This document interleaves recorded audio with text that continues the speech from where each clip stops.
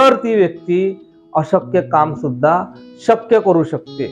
देवाने मला असं का बनवलं या दुःखाने रडत बसले नाही, कसं उत्पन्न झालं याचा शोध या थिअरी ऑफ ब्लॅक होलने घेतलेला आहे। आणि सायकल चालवायला शिकायच्या आधी त्याच्या मनामध्ये पहिली भीती येते की मी पडेल काय, मला लागेल काय। परंतु आणि 99% लोक इथं थांबतात।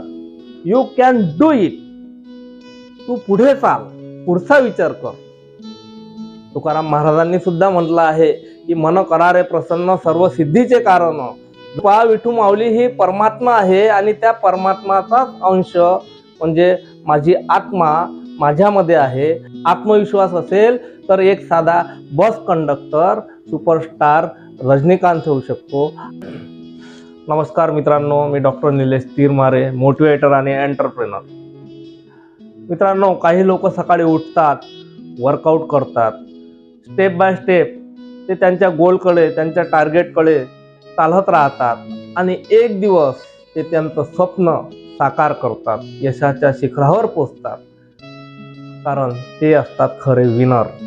आणि हेच जी थेअरी असते विनरची, ज्याला आपण म्हणतो थेअरी ऑफ विनर, त्यामध्ये आपण पहिला चॅप्टर बघितलेला आहे। पहिल्या पार्टमध्ये मित्रांनो आपण आपला स्वतःचा शोध घेतलेला आहे, आपण कोण आहे, हु आर यू।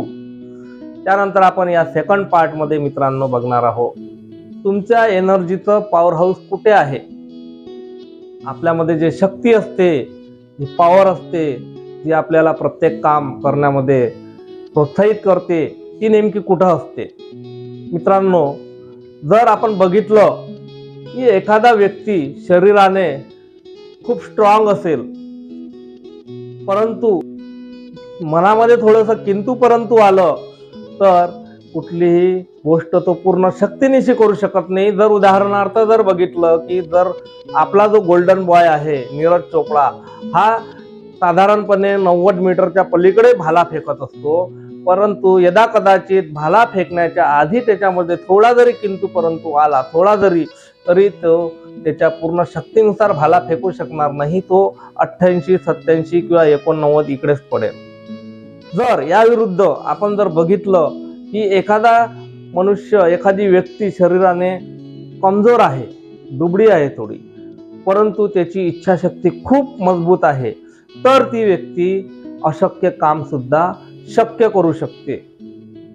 अर्थ, आपण सगळ्यांनी एक नाव ऐकलं असेल, स्टीफन हॉकिन्सन। खूप मोठे सायंटिस्ट होते। जन्म झाल्यानंतर त्यांना अशा दुर्धर आजाराने गाठलं की ते शरीराच्या कुठल्याही अवयवाची हालचाल करू शकत नव्हते, फक्त डोळ्याच्या पापण्यास ते हलवू शकत होते।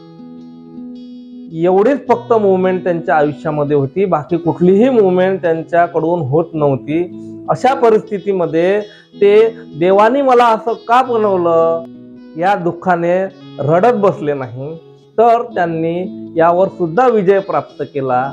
त्यांच्या मित्रांच्या आणि घरच्यांच्या मदतीने त्यांनी नुसतं डोळ्यांच्या मुवमेंटनी त्यांनी एक थेअरी मांडली, थेअरी ऑफ ब्लॅक होल, ज्याला ब्लॅक होल थेअरी म्हणतात।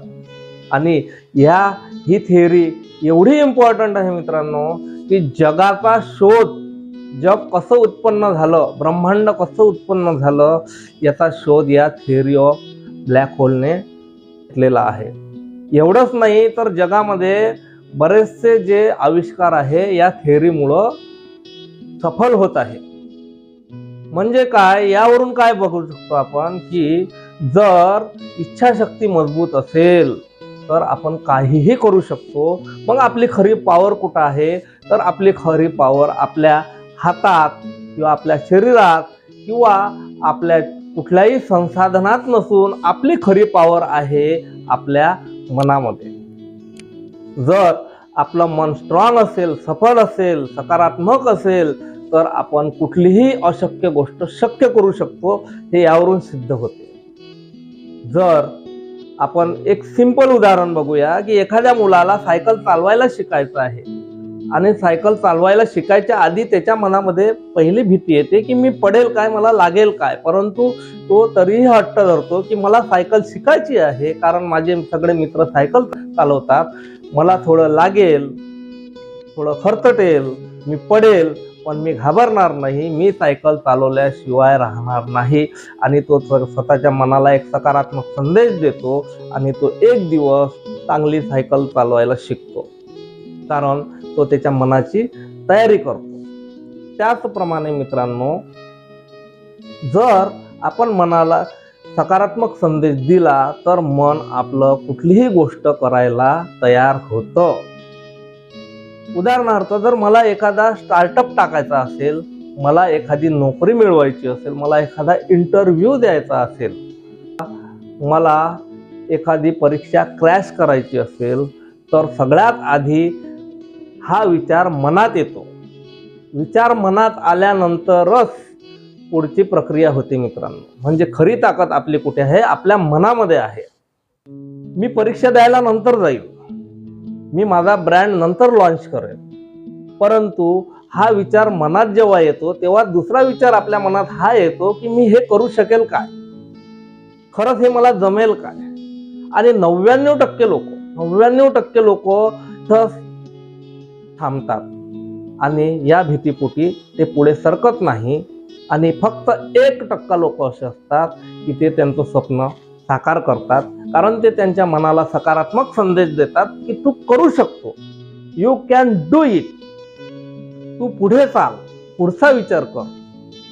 परंतु 99% लोक हे करू शकत नाही. म्हणजे मी नंतर माझा ब्रँड लॉन्च करेल, तो बाकीच्या ब्रँड सोबत नंतर कॉम्पिटिशन करेल, परंतु सगळ्यात आधीची जी लढाई आहे ती कुठे होते? ती आपल्या मनामध्ये होत असते. म्हणजे काय तर आपली जी खरी ताकद आहे फक्त मनामध्ये आहे, हे लक्षात ठेवायचं आहे आपल्याला. सगळ्यात आधी आपल्याला मनाला जिंकायचं आहे. आणि जो व्यक्ती मनाला जिंकू शकतो तो व्यक्ती बाहेरचं जग सुद्धा जिंकू शकतो. तुकाराम महाराजांनी सुद्धा म्हटलं आहे की मन करारे प्रसन्न सर्व सिद्धीचे कारण. जर तुम्ही मनाला प्रसन्न केलं, मनाला आधी जिंकलं, मनाला जर तुम्ही सकारात्मक संदेश दिला, तरच तुम्ही तुमची पुढची लढाई किंवा तुमचं पुढचं टार्गेट तुम्ही पूर्ण करू शकता. पंढरपूरची वारी चालू आहे. त्या वारीमध्ये एक आजोबा होते 96 वर्षाचे आणि त्यांची ती 68वी वारी होती. ते त्या वारीमध्ये 350 किलोमीटर 10 ते 12 किलो वजन डोक्यावर घेऊन रोज चालतात अनवाणी पायाने. आणि वारी पूर्ण झाल्यावर 350 किलोमीटर ते परत येतात. म्हणजे 700 किलोमीटरचा टप्पा ते गेल्या 68 वर्षापासून अविरत करत आहे. मुलाखत घेणाऱ्यांनी त्यांना विचारलं की हे तुम्ही कसं काय करू शकता, कसं काय साध्य करू शकता? तर त्या आजोबांनी एक खूप छान उत्तर दिलं, तुम्हाला पण आवडेल बघा. त्यांनी म्हटलं, माऊलीची कृपा. विठू माऊलीची कृपा. विठू माऊली ही परमात्मा आहे आणि त्या परमात्माचाच अंश म्हणजे माझी आत्मा माझ्यामध्ये आहे. आणि मला माहिती आहे का तो अंश, माझी आत्मा मला पडू देणार नाही, मला थांबू देणार नाही.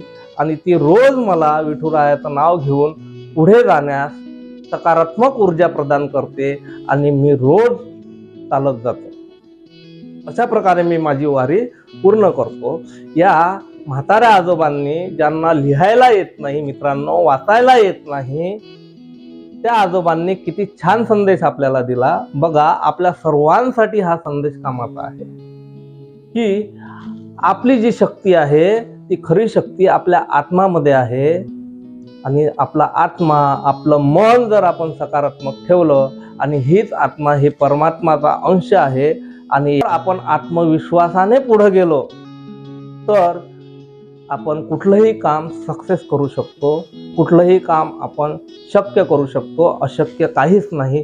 फक्त आपल्याला महत्त्वाचा आहे आपल्या स्वतःवरचा विश्वास, आत्मविश्वास. आत्मविश्वास असेल तर काय होऊ शकत नाही. आत्मविश्वास असेल तर एक साधा बस कंडक्टर सुपरस्टार रजनीकांत होऊ शकतो. आत्मविश्वास असेल तर एका साध्या लेखकाचा मुलगा सुपरस्टार अमिताभ बच्चन होऊ शकतो. आत्मविश्वास जर असेल तर एक साधा तिकीट चेकर हा भारताचा महान कूल महेंद्रसिंग धोनी होऊ शकतो. आणि जर आत्मविश्वास असेल तर एक साधी शिक्षिका ही मदर तेरेसा होऊ शकते. आत्मविश्वास महत्वाचा आहे मित्रांनो. आपल्या कल्याणासाठी जी आवश्यक गोष्ट आहे ती आपल्या बाहेर नसून ती आपल्यामध्येच आहे याचा आधी शोध घेतला पाहिजे. स्वतःवरचा आत्मविश्वास हा दृढ केला पाहिजे आणि पुढच्या आपलं जे टार्गेट आहे त्या टार्गेटकडे आपण वाटचाल केली पाहिजे. तर आपल्याला कुठलीही गोष्ट अशक्य नाही.